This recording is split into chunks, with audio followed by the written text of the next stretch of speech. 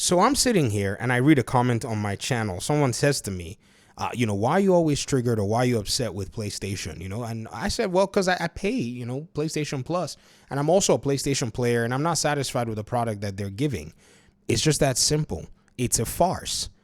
Right now, we're seeing Horizon getting a remaster. It's a 2017 game. It got a PC version, basically, unlocking the frame rate, giving it some texture updates. And now somewhere, somehow, they're remastering a game that's already made. In a season when there's a drought of first-party games, remasters are everywhere. What is PlayStation doing? I make these videos because I don't want to hear anybody come and tell me anything about PlayStation being the leader. You're not the leader, PlayStation, because you have nothing to lead with. If you were to be leading, you would have games to lead with. In the PS4 generation, you led the market. You led with games. Right now, you're literally going all over the place, money-hatting third-party games and then running to PC with your own games, expecting the third-party studios to stay on your platform where most of your gamers are buying Call of Duty anyways. Xbox is now the leader among both of you in terms of content, which is the most important thing when it comes down to it. For the most part, Xbox got flamed and roasted for not having enough games that appeal to people. So they went shopping. They brought the big bag, which was influenced somewhat by you, PlayStation. You were trying to money hat a third Bethesda game in a row. Shameless, the likes of your actions. And somehow that backfired on you, giving pretty much a content machine, Bethesda, to your opponent. Now, you're over here trying to remaster Horizon, a game that was overshadowed by the Nintendo Zelda, Breath of the Wild, and even now its remaster is being overshadowed by the Nintendo Switch to, so-called rumored leaks of its specs and its, diagrams or whatever's in the drawings and whatnot. Isn't it ironic? So I just don't think anybody can tell me that, I'm triggered or I'm angry at the PlayStation platform, even though I'm not, without actually having to pay attention and agree that this is a big problem with this ecosystem. Not only that, they're remastering this PS5 version, and it's coming for the PS5 Pro. It's supposedly like an enhanced edition of the game, of which they've sat down and they've basically told us that, yes, Gorilla has nothing else to do than to pretty much go ahead and optimize grass for us to look at over acres and acres of land. What in the world is PlayStation doing, guys?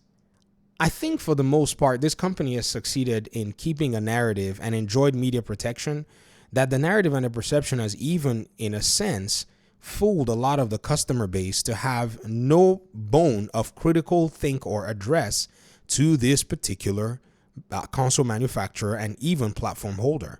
It's insane. You'll see it in the comment section. People will be defending this stuff. But I think the whole defense mechanism has finally run out. For now, people are starting to, tire. This is starting to become really weird for most of them. I went on Twitter and I was seeing a lot of people, and I'm sure many of these people are, probably in the PlayStation ecosystem. And some of them are like, okay, what in the world is going on? This person said, Buxenberger, I don't know who this is, I just saw it on Twitter. They said, what's everyone's thoughts on Horizon Zero Dawn Remaster? It's not officially been announced, but it's been rated by ESRB, so it's only a matter of time. I like the game, don't get me wrong. Has been one of my favorites PS4 first-party games. However, since it already runs and looks fantastic on the PS5 and on PC, and has a PC version already, it looks better on the PC. What are you talking about? I really don't see the point of this. I feel like Sony is just trying to resell the same experiences over and over again. This is the greed I was telling you about. Ladies and gentlemen, remember when I told you guys that I would have double dipped in Uncharted 4, the PC version, but when they said you should pay $10 for the PS5 version, that's when I said, I'm out, PlayStation. We're not doing this. I'm not giving y'all any money for this particular reason. So I did not double dip. In fact, I was going to buy Days Gone. It's on sale right now on Good Old Games. It's the best place you can buy it because it's the DRM free version. And I said I wasn't going to buy it because this particular company feels the need to think that its own user base is stupid. Unless, of course, we really are that stupid, aren't we? That's what they think. They think you PlayStation fans, we PlayStation players, because I play on PlayStation 2, they really think we're stupid. So what do they keep doing? They continue to give us these subpar products because they've, sat there and taken, this approach of anti-consumerism, very aggressive approach against Xbox, wanting to kill Xbox. I mean, what a weird way to go.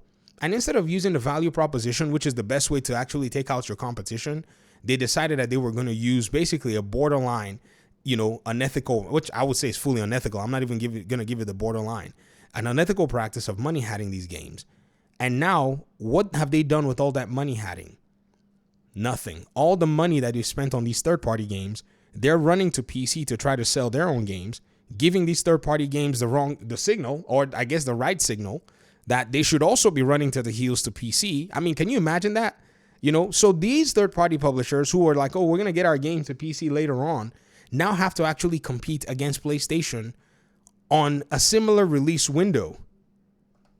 Do you see this, guys? Ragnarok is coming out tomorrow on PC. And Final Fantasy 16 just came out like 20-something hours ago on PC. So these two games have to now compete for user wallets after years of not being on the platform, of which many users, if they don't have the day one game, they're not usually keen on spending $50, $60. So this whole talk about, exclusivity and stuff and the way they've money hatted these games have basically come back to bite everybody. It's beating you, the fans. Yes, those of you who are hardcore PlayStation fans defending all this stuff, you can't complain about this remaster. In fact, I think you deserve this remaster because you championed all of the elements around it. You said PlayStation was money hatting and it was okay. Xbox needed to money hat more. So hold this remaster of a remaster. And if anything, they're probably already there trying to remaster God of War Ragnarok, and it's basically just come out. They probably have another remaster in the pipeline. Now, all that being said, let's talk about the business side. Because again, this is from the gamer side that I just pointed all this stuff out. PlayStation needs money. They need to have funds coming in, and those studios that have made these games need money to continue making their games until their next launch. So right now, Guerrilla is in the process of making the next day one PC game that's coming. You guys know that game, right? It's Lego Horizon Adventures.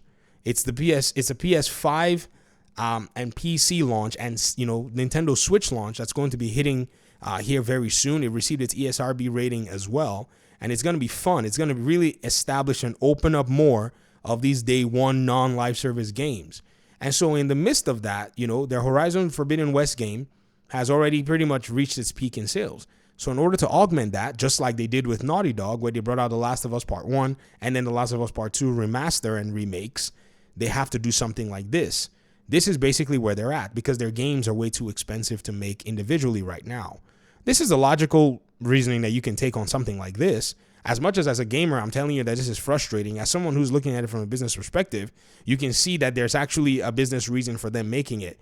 However, an alternative business reason would have been to actually take money that they used to hold Final Fantasy, 7, ABC, and 16, and Stellar Blade, and Wukong, and all these other funds to have started and kicked off development years ago on smaller titles that would have basically resonated with a lot of their audiences. Something like an episodic title, maybe centered around a universe that people like the God of War universe, or a universe within a game franchise that they actually have left for the longest time. My goodness, they could have gotten you guys an Infamous remaster, remake, or something of that nature. But instead, chasing this so-called anti-competitive, fantasy of kicking Xbox out of the market is now, in the most, logical sense, harming and presenting a deficit for your own gamers on your platform. Those of you who are on the PlayStation side, you need to augment your ownership of video games. You need to get yourself a gaming PC as a secondary device. I'm not even saying go get an Xbox. You can do everything you want to do on an Xbox, you can do on a PC. And a PC grants you basically this entire, nonsense about remasters. It basically takes it out the window. Why? Because they'll make you the very best version of the game when the game finally comes to PC. And if you choose to double dip, you already have it so that 3 years down the road or 5 years down the road, at this range is like at about 4 years down the road after the game's release, you're not asking for some kind of, we increase the, the amount of vertices on the freaking triangle count, yada, yada. I'm out of here, man. Thanks so much for watching. Peace out.